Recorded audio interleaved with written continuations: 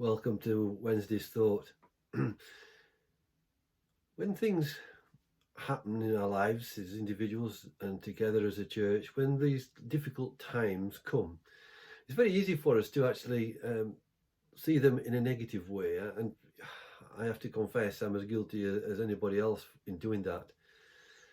But it's sometimes helpful for us to actually just pause and think to ourselves that this difficult situation that we're facing, even now with the lockdown, God could stop it at any time he wanted, but obviously he hasn't. So therefore he's got a plan and a purpose.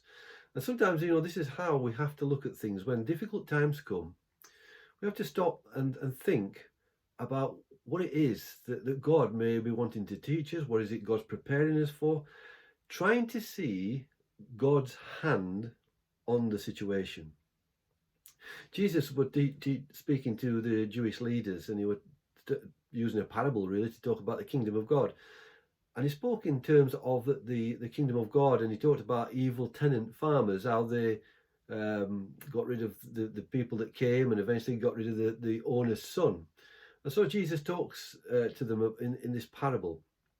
But then towards the end of the parable, he quotes from Psalm 118, where he says that the stone that the builders rejected, thinking about himself, Jesus Christ, became the cornerstone, the most important part of the building. And it goes on to quote that, this was the Lord's doing, and it was wonderful to see. And, Joseph is a really good example for us, in that Joseph was rejected. Joseph was rejected by his brothers. He was sold into slavery. He was wrongly imprisoned. Things were going wrong.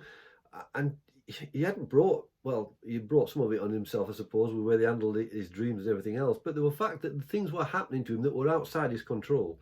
And what we eventually see is that Joseph eventually becomes the second in command. He's in charge of Egypt. He's in charge of Egypt at a very specific time when there is a famine.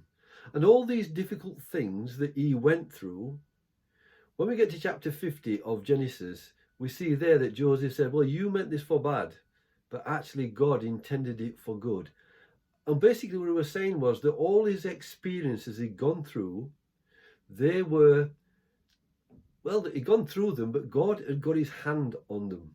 God's hand was on the situation. And there are many blessings, no doubt, that we're experiencing now that we wouldn't have done if we hadn't have experienced some of the more unpleasant things that have come our way through our lives.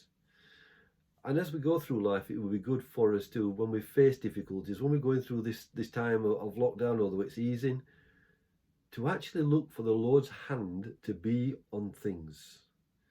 That the Lord might be preparing us for things. That things might be different in some way in our lives, in the life of his church, because of the situation that we're going through. But remember, the Lord's hand is on us all. That God is not going to leave us nor forsake us.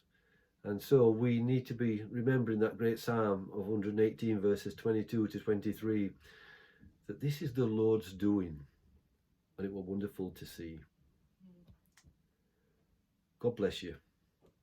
Keep your eye on the Lord's hand being on the situation. Amen.